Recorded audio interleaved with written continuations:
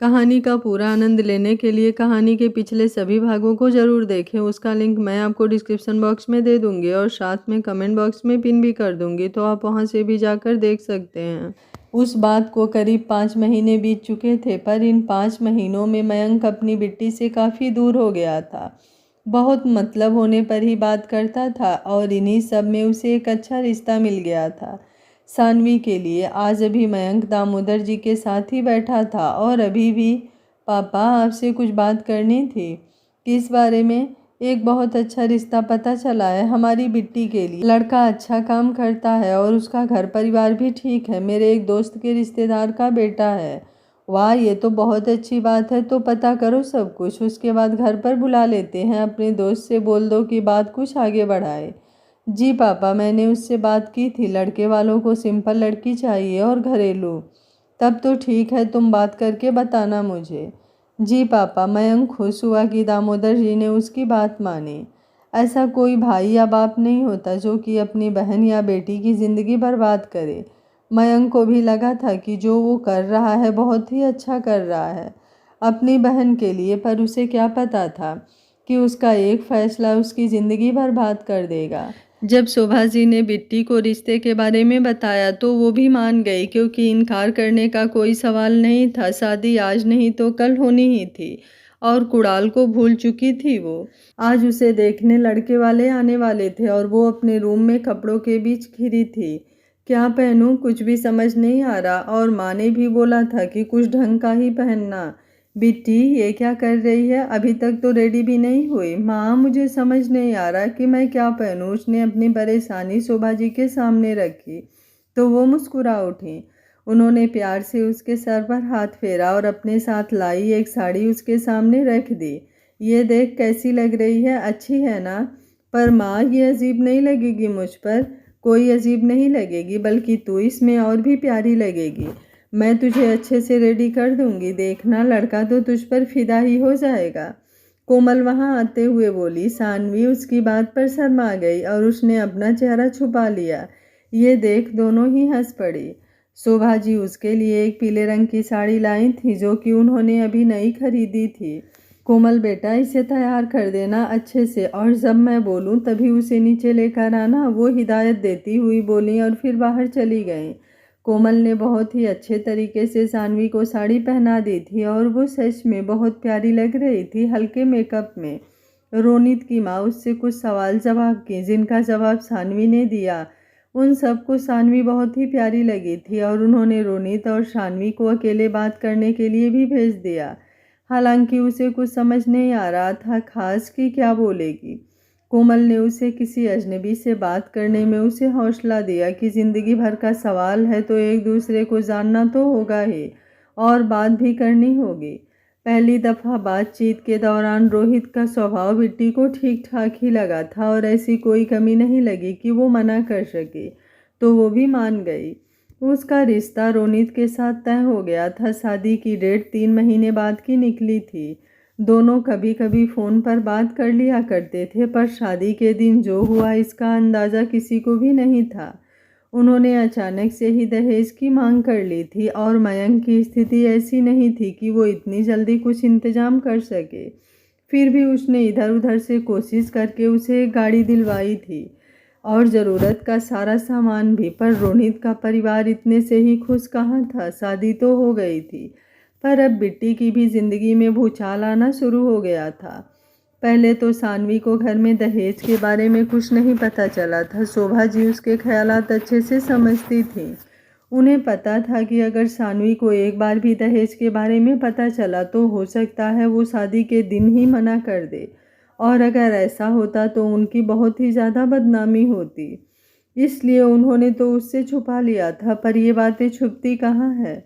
कोमल को बखूबी याद है सानवी की शादी के बाद मयंक के सिर पर कितना कर्ज लद गया था, जो उसने किसी तरह इन 2 सालों में चुकाया था, डबल मेहनत करके। एक वजह ये भी थी उनके बीच दूरियां आने की, क्योंकि मयंक बस अपने काम पर ध्यान दे रहा था ताकि वो कर्ज खत्म कर सके। 2 साल बेटी की शादी को हो चुके थे, पर अभी भी थोड़ा बहुत लोन बाकी था चुकाना। जो मयंक ने बैंक से लिया था। शायद पैसे तो कब का चुका देता, पर इसी में दामोदर जी की भी हेल्थ खराब हो गई थी तो उनका ऑपरेशन भी हुआ था। एक मिडिल क्लास फैमिली में शादी का खर्च और किसी के बीमार होने पर जो खर्च आता है वो उसे चुकाते हुए सब कुछ भूल जाता है, खुद की खुशियाँ भी। मयंक पर भी घर की पूरी जिम्मेदारी आ चुकी थी। उसके चिड़चिड़ेपन की एक वजह ये भी थी। बाथरूम का दरवाज़ा जोर से बंद हुआ तो कोमल अपने ख्यालों से बाहर आई। मयंक रेडी हो रहा था।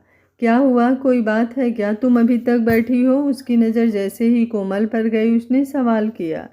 कुछ नहीं, बस ऐसे ही। आपके लिए खाना लगा दूं? कोमल से पूछा तो उसने इनकार में सिर हिलाया। नहीं, अभी भूख नहीं है और लेट भी हो रहा है काफ़ी।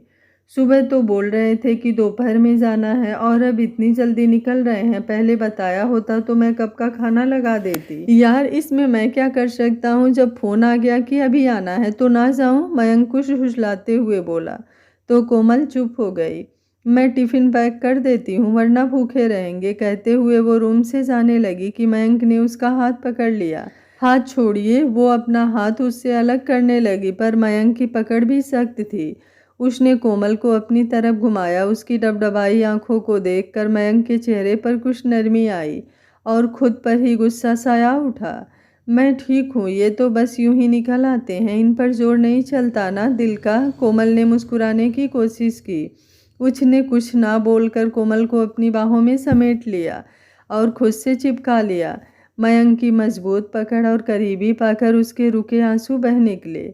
इतनी परवाह मत किया करो मेरी, मैं इसके लायक नहीं हूँ। जब से यहाँ आई हो कोई ना कोई तकलीफ झेलनी पड़ी है, घर के सारे काम और फिर मेरा टाइम ना देना।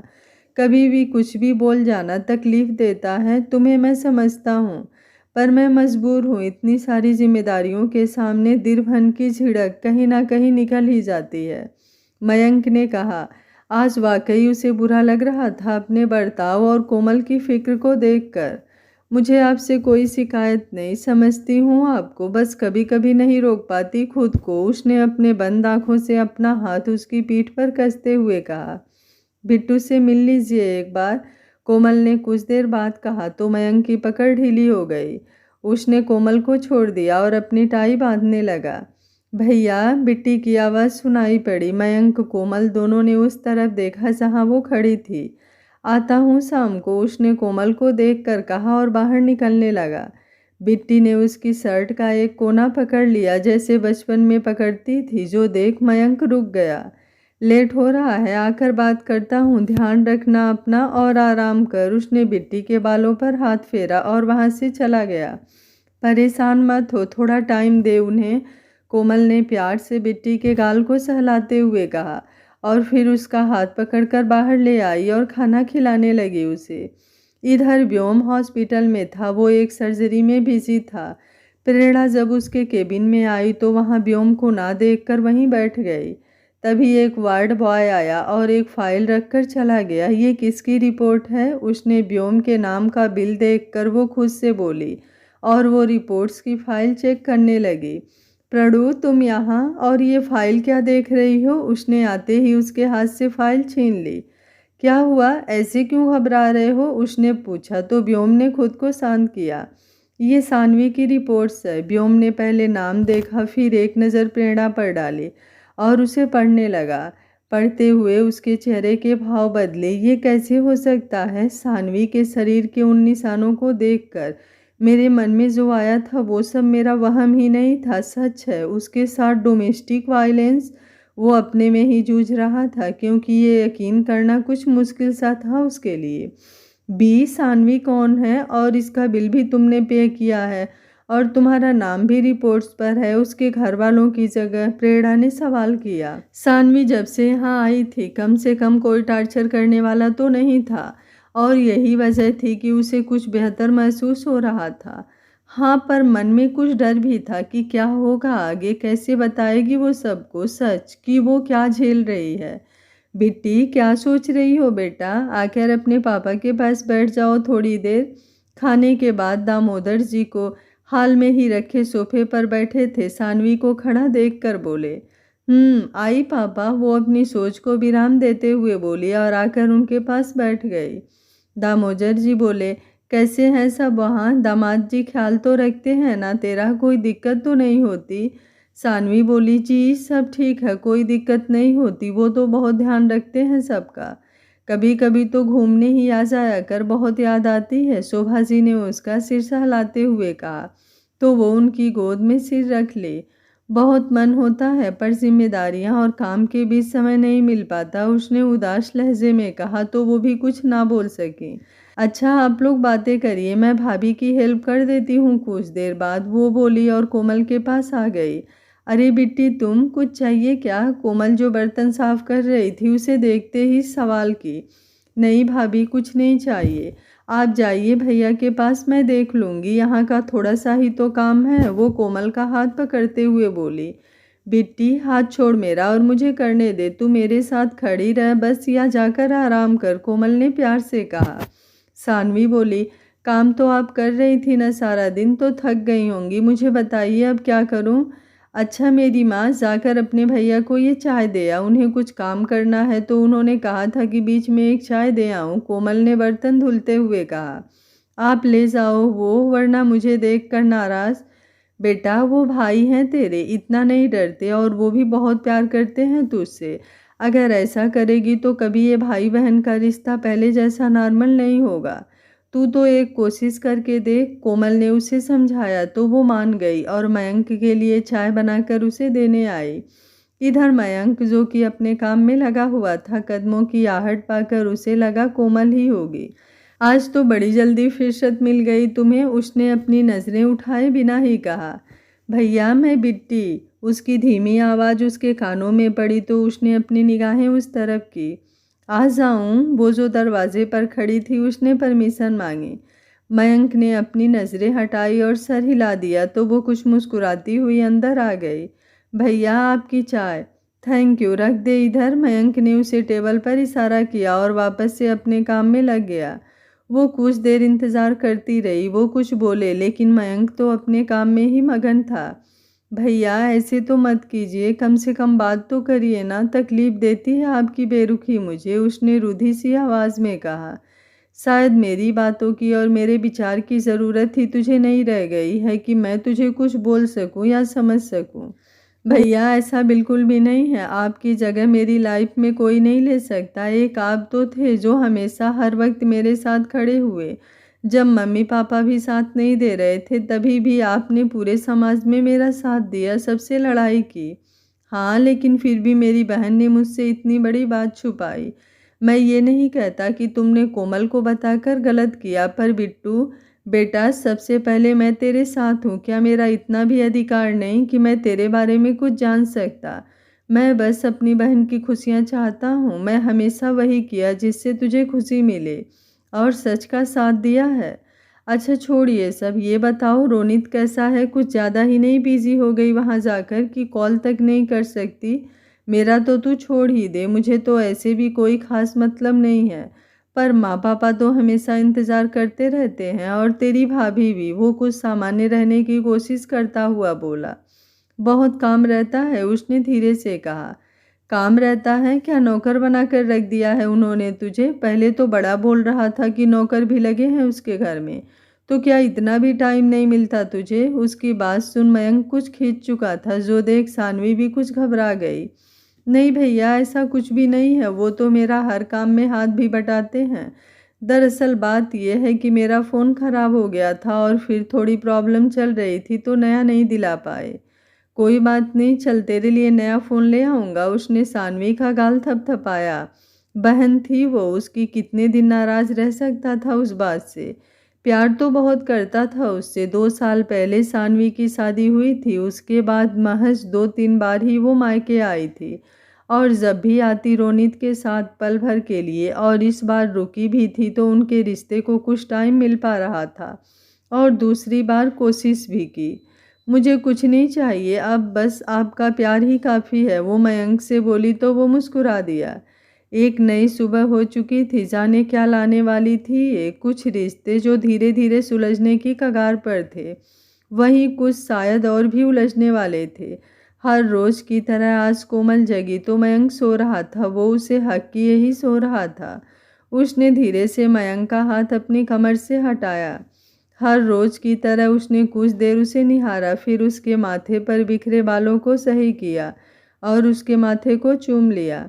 एक आपकी ही तरह हमारा अंश इस दुनिया में आ जाए, बस यही ख्वाहिश है, जो जाने कब पूरी करेंगे आप। वो उसका चेहरा देखते हुए बोली, जो इस वक्त एकदम शांत दिख रहा था। उसने एक दो बार मयंक से कहा था बच्चे के लिए, पर अभी वो तैयार नहीं था इन सब के लिए। भले ही उनकी शादी को 3 साल हो चुके थे, पर मयंक के पास वैसे भी इतनी जिम्मेदारियां थी तो वो पीछे हट जाता। कोमल अब बिस्तर से उठी और कपड़े लेकर बाथरूम में चली गई। सुबह सब अपनी अपनी टाइम से ही डेली रूटीन फॉलो कर रहे थे, सब उठ चुके थे। मयंक भी अभी अभी रेडी होकर नीचे आया था और शानवी सुबह किचन में थी। रोनित, तुम अचानक से, व्हाट ए सरप्राइज। मयंक की नज़र दरवाजे से अंदर आते रोनित पर गई तो वो खुश होकर बोला, नमस्ते भैया। उसने मयंक के सामने सभ्यता से हाथ जोड़े। खुश रहो, कैसे हो और काम खत्म करके कब वापस आए, उसने सवाल किया। तो रोनित को पता चला ही ज़रूर सानवी ने ऐसा कुछ बोला होगा। बस आज ही सोचा अपनी वाइफ को लेता जाऊं, उसके बिना मन नहीं लगता एक भी पल घर में। उसने सिर झुकाकर मुस्कुराते हुए कहा तो मयंक के चेहरे पर मुस्कुराहट आ गई। बिट्टी देख कौन आया है, चाय नाश्ता ले आओ कोमल। उसने दोनों को साथ ही पुकारा। वहीं सानवी, जो आज सुबह से ही कुछ खुश थी, उसने किचन से बाहर आकर जैसे ही रोनित को देखा, उसका सारा उत्साह और खुशी ठंडी पड़ गई। कुछ दिन हमारे पास भी रह लेने देते, इतने दिनों बाद तो आई है। मुझे लगा रुकेगी, लेकिन आप आ गए लेने। इतना प्यार करने वाला पति मिले तो और क्या ही चाहिए किसी लड़की को। कोमल मुस्कुराती हुई ट्रे हाथ में लेकर आई थी और सानवी को देखकर एक आंख दबाई, लेकिन उसका शरीर तो जैसे सुन्न सा पड़ चुका था। वहीं कोमल की बात सुन रोहित हल्के से हंस पड़ा और मयंक भी। भाभी, भैया भी कम प्यार नहीं करते आपको, उसने मयंक को देखते हुए मजाकिया अंदाज में कहा तो वो झेप गई। कितना दोगला था ना ये इंसान, सामने से इतना हंसमुख व प्यारा और अकेले में कैसा बर्ताव करता था उसके साथ। सानवी उसे देख खुद में ही सोची, सानवी वहाँ क्यों हो, इतनी दूर से तुम्हारे लिए ही तो आया हूँ। वो अपनी जगह से उठते ही बोला और उसकी तरफ बढ़ा कि उसने अपने कदम पीछे ले लिए। रोनित को अपनी तरफ बढ़ता देख सानवी 2 कदम पीछे हट गई। सानवी, तमाशा मत करो, सब देख रहे हैं, उसने कुछ धीमी मगर गुस्से भरी आवाज़ में कहा और इसी के साथ उसको एक झटके में पकड़ लिया। दूर से कोमल और मयंक, जिन्हें बातें तो नहीं सुनाई दे रही थी उनकी, पर उनकी करीबी को देख सकते थे। मयंक कुछ मुस्कुराया। चलो मैं निकलता हूँ, तुम रोनित की खातिरदारी अच्छे से करना, बड़े दिनों बाद आए हैं, और हाँ कुछ चाहिए तो कॉल कर देना, उसने कोमल से कहा तो उसने सिर हिलाया। रोनित बाबू, शाम को मिलता हूँ, आज आपको यहीं रुकना है, मयंक ने बाइक की चाबी उठाते हुए कहा। रोनित ने उसकी तरफ देखा और हामी भरी। तुम मेरा पीछा छोड़ क्यों नहीं देते, वो अपनी कलाई उससे छुड़ाने की कोशिश करते हुए बोली। बीबी हो मेरी, इस जन्म में तो छूटने से रहा, और पहली बात हिम्मत की दाद देनी पड़ेगी तुम्हारी, बिना किसी से पूछे बताए भागते हुए यहाँ तक आ ही गई। उसने सानवी की कलाई पर पकड़ और कस दी, जिससे उसने दर्द में आंखें बंद कर ली। दामाद जी, शोभा जी की आवाज़ पर उसने झट से उसका हाथ छोड़ दिया और फिर उनसे मिलने लगा। वहीं सानवी ने अपनी कलाई को दूसरे हाथ से सहलाया, जिस पर निशान आ चुका था। उसकी आंखों में दर्द उतर आया था। माँ, वो मुझे मंदिर तक जाना था, जाकर आऊँ, सानवी ने अपनी माँ से पूछा। सच तो ये था कि भगवान से उस भोले से मन का भरोसा कब से उठ चुका था। वो थोड़ा सा सुकून चाहती थी, कहीं अकेले बैठकर। हाँ चली जा, दामाद जी भी घर बैठकर बोर ही हो रहे हैं, उन्हीं के साथ चली जा, मयंक भी तो नहीं है अभी, शोभा जी ने कहा। इसी बहाने थोड़ा प्राइवेट, कोमल ने उसे आंखों से इशारा किया। उसकी आंखों में शरारत थी। सानवी फीका सा मुस्कुराई और हामी सिर हिलाया, पर कोमल नोटिस कर चुकी थी। सानवी रूम में आई जहां रोनित अपने फ़ोन में लगा था। उसे देखते ही उसने फ़ोन एक तरफ रख दिया। मैं बाहर जा रही हूँ, माँ ने कहा कि तुम बोर हो रहे होगे, चलना है तो चल सकते हो, उसने रोखे स्वर में कहा। सामने से बीबी इतना अच्छा ऑफर दे तो कौन मना करेगा, रोनित ने कुटिलता से मुस्कुराते हुए कहा। बीबी, वो व्यंग से मुस्कुराई। बीबी हो या जागीर हो तुम्हारी, जिसके साथ जब चाहो वो कर सकते हो, तुम्हारे अकॉर्डिंग ही चलना होता है, और ये जान कर कि मैं अपने घर वालों से कुछ नहीं कह सकती, फ़ायदा उठा रहे हो मेरा। उसने कहा, यार तुम हर बात पर तमाशा क्यों करने लगती हो? जब भी खुद को शांत रखता हूँ पहले ही भड़का देती हो अपने उल्टे सीधे शब्दों से, ये जानते हुए भी कि भुगतना तुम्हें ही पड़ेगा। उसे कुछ गुस्सा आ गया था। उसने सानवी की दोनों बाह पकड़ ली थी। पता है, पहले लगा था तुम्हें चुना है भैया ने तो तुम मेरे लिए परफेक्ट ही होगे, पर शायद मेरी लाइफ की सबसे बड़ी गलती थी ये। सानवी ने कहा तो रोनित की पकड़ ढीली हो गई। सानवी, मैं अब वो कुछ बोलने को हुआ कि उससे पहले ही उसका फ़ोन बजने लगा था। वो कुणाल का था। नाम देखकर सानवी उससे दूर हट गई। कुछ देर बात करने के बाद वो फ़ोन रख उससे बोला, माँ ने फ़ोन कराया था, हमें कल सुबह तक पहुंचना है, नवरात्र भी शुरू है, 2 दिन बाद से तो काम बढ़ गया है। कुणाल रोनित का कजिन था, पर यह बात सानवी को शादी के बाद पता चली थी, क्योंकि उसे पहले लगा था कि कोई और कुणाल होगा, और वो कभी रोनित के भाई से मिली भी नहीं थी कि उसकी शादी के टाइम वो किसी काम से यूएसए गया था। तो और कुछ नहीं पता चला। रोनित इतना बुरा नहीं था, पर उसका परिवार और खासकर कुणाल के बहकावे में आकर उसने सानवी को दर्द ही दिया था। कभी समझने की कोशिश तक नहीं की थी। जो उसके घर वाले कहते उसी पर आंख मूंद कर भरोसा करता था। मुझे कहीं नहीं जाना, मैं अपने घर पर ही हूँ, सानवी बोली। अच्छा बाबा, सॉरी मेरे बिहेवियर के लिए, बस अब तो खुश हो जाओ। उसने सानवी के गाल पर हाथ रखा तो उसने कसकर आंखें बंद कर ली। उसे नहीं पसंद थी उसकी छुअन। एक बार में प्यार से कहने पर बात समझ जाया करो, जानती हो ना कि मुझे रिपीट करने की आदत नहीं है, उसने सानवी के चेहरे पर झुकते हुए कहा। उसके होठों को वो छूता उससे पहले ही सानवी ने कुछ जोर से उसे पीछे धक्का दे दिया। उसकी आंखें कुछ भर आई थी और भागती हुई वो बाथरूम में चली गई और दरवाज़ा बंद कर लिया।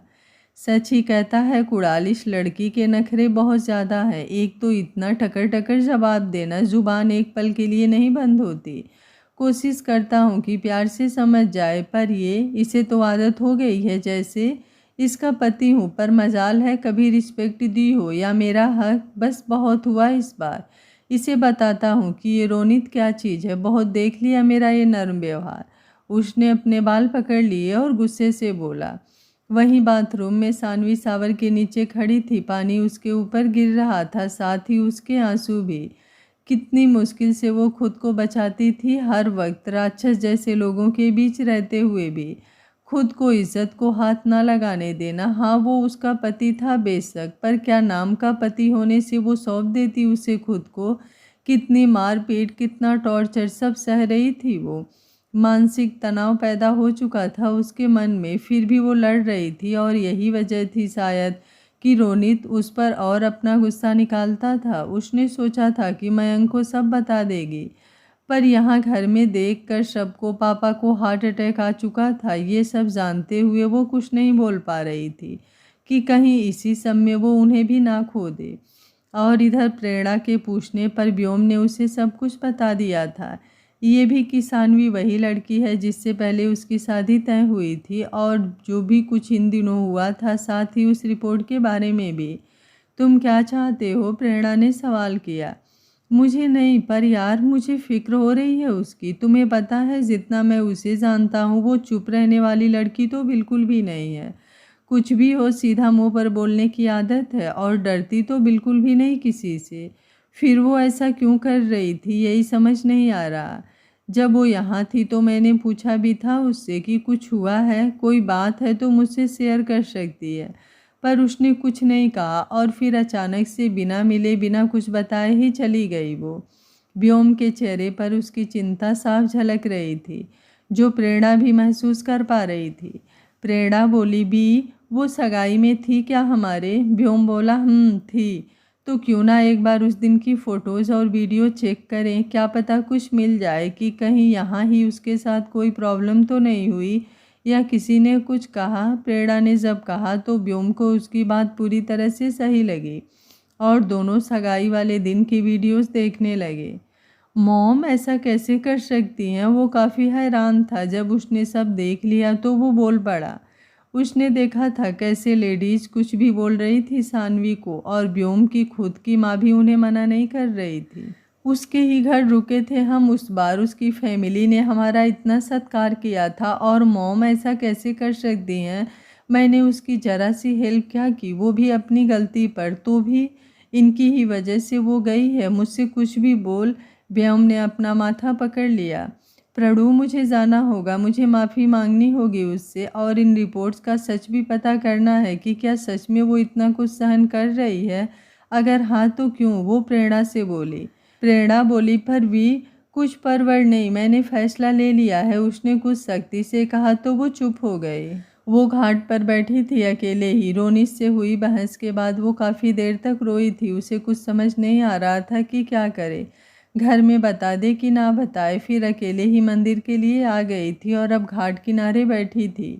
ये वही जगह थी जहाँ हमेशा उसे सुकून मिलता था, और बहुत परेशान होने पर कोई ना कोई हल भी, पर आज कोई रास्ता ही नहीं सूझ रहा था। हाँ, ये वही जगह थी जहाँ वो पहले कुणाल के साथ आई थी 2-4 बार, और ये वही जगह थी जहाँ उसने कितनी ही मन्नत मांगी थी, कितने ही ख्वाब सजाए थे अपनी ज़िंदगी के। पर क्या हुआ, तकदीर ने तो कुछ अलग ही बाजी मार ली थी। उसके साथ वो हो रहा था जो उसने कभी ख्वाबों में भी नहीं सोचा था। राम जी, आप तो हमेशा ही मुझे सही रास्ता दिखाते हो ना, तो प्लीज़ इस बार भी मेरी हेल्प करो, या फिर मुझे अपने पास ही बुला लो। नहीं होता मुझसे अबॉर्शन, क्या करूं, कुछ भी समझ में नहीं आ रहा। कभी लगता था कि दुनिया का सबसे खूबसूरत शब्द प्यार है, और जो हुआ भी तो गलत इंसान से। मुझे लगता था कि वो मुझे प्यार करता है, पर उसकी वजह से देखिए ना आज किस हाल में हूँ। जहाँ पापा और भाई ने कहा वहाँ पर शादी भी कर लिया, पर मिला क्या, फिर से घूमकर ज़िंदगी उसी जगह पर अटक गई। आप तो सब जानते हैं ना कि वो रोनित कैसा इंसान है। मुझे नहीं जाना उसके पास, अब नहीं रह सकती, प्लीज़। या फिर मुझे अपने पास बुला लीजिए, या फिर कोई रास्ता दिखाइए। उसकी आंखों से आंसू लुढ़क आए। ये अच्छा है ज़िंदगी से लड़ने की बजाय सीधा भगवान से मौत की दुआ करना ना। सानवी ने आवाज़ सुनी तो अपना चेहरा ऊपर उठाया।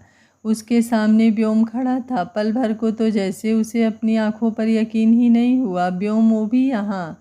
डॉक्टर साहब, आप यहाँ? उसने कुछ हैरानी से कहा, और जल्दी से अपनी दुपट्टे से अपना चेहरा साफ करने लगी। हाँ, मैं। और तुम यहाँ क्या कर रही हो? रात होने को आई है और अभी तक घाट पर बैठी क्या बड़बड़ा रही थी? अभी जिंदगी मौत? व्योम ने कुछ अनजान बनने का नाटक करते हुए पूछा। वो उसकी आधी से ज़्यादा बातें सुन चुका था। नहीं, कुछ भी तो नहीं, मैं तो बस ऐसे ही। उसने झट से छुपा लिया। मैं घर चलती हूँ, काफ़ी देर हो गई है, कहकर वो आगे बढ़ने को हुई कि वो भी उसके साथ चल पड़ा। मैं भी वहीं चल रहा हूँ। सानवी बोली, मेरे घर? क्यों? सबसे पहली बात तो शाम हो चुकी है और घर यहाँ से दूर है, और रही दूसरी बात तो मैं भी उधर ही जा रहा हूँ, और मुझे अंकल से भी मिलना है। इतना बहुत है या आगे भी सफाई दूँ? व्योम ने कहा तो वो चुप हो गई और बिना बोले ही आगे बढ़ने लगी। जब वो दोनों घर आए तो सब हाल में ही बैठे थे और बातें करने में लगे थे। उनके साथ रोनित भी था। काफ़ी देर कर दी आने में बेटा, दामोदर जी ने जैसे ही उसे देखा बोल पड़े। व्योम, जो वहीं पास के रेस्टोरेंट में आज की रात बिताने वाला था, वो वहीं चला गया और सानवी घर में आई। सॉरी पापा, घाट पर बैठ गई थी तो समय का पता ही नहीं चला, उसने सर झुकाकर कहा। कोई बात नहीं बेटा, बस मुझे तो थोड़ी फिक्र हो रही थी तेरी, बस इसलिए पूछा, उन्होंने कहा तो उसने बस सिर हिला दिया।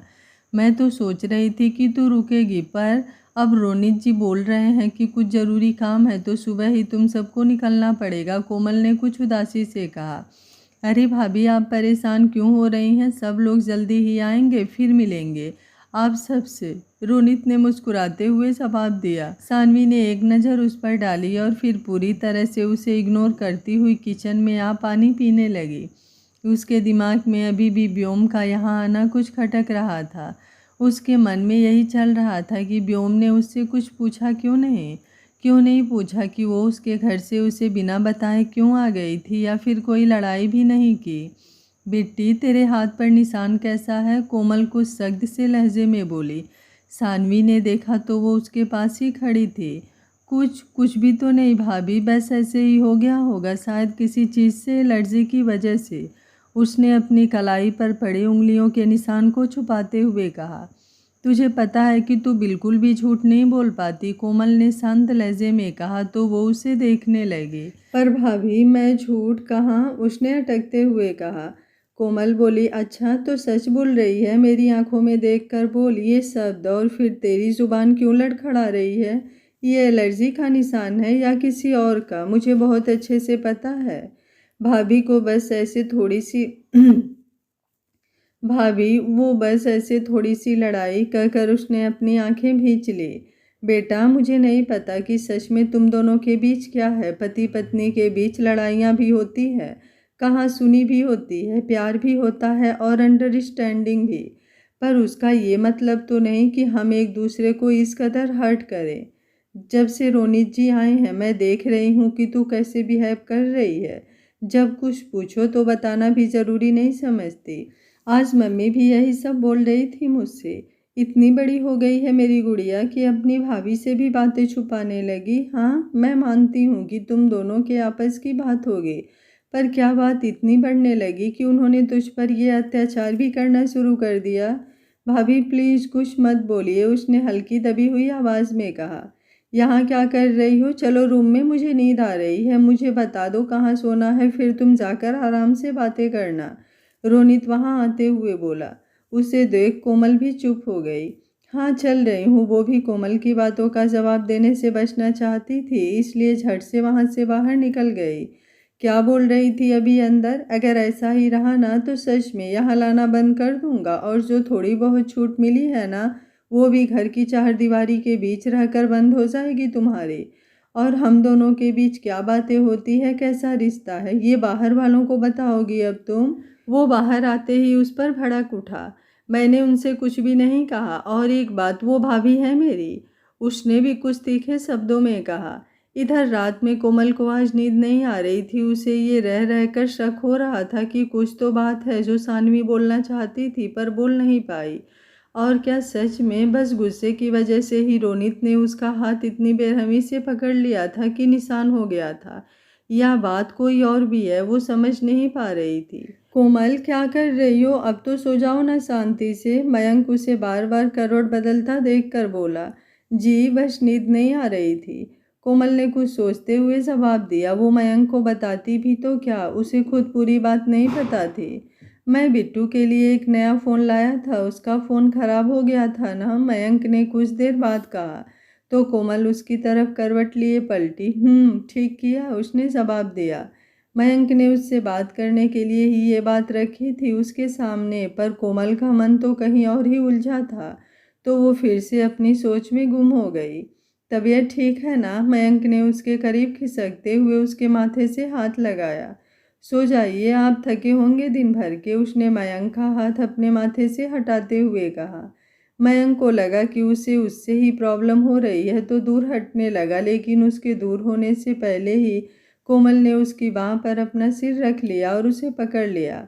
मयंक मुस्कुराया और उसने भी कोमल को करीब करके आंखें बंद कर ली।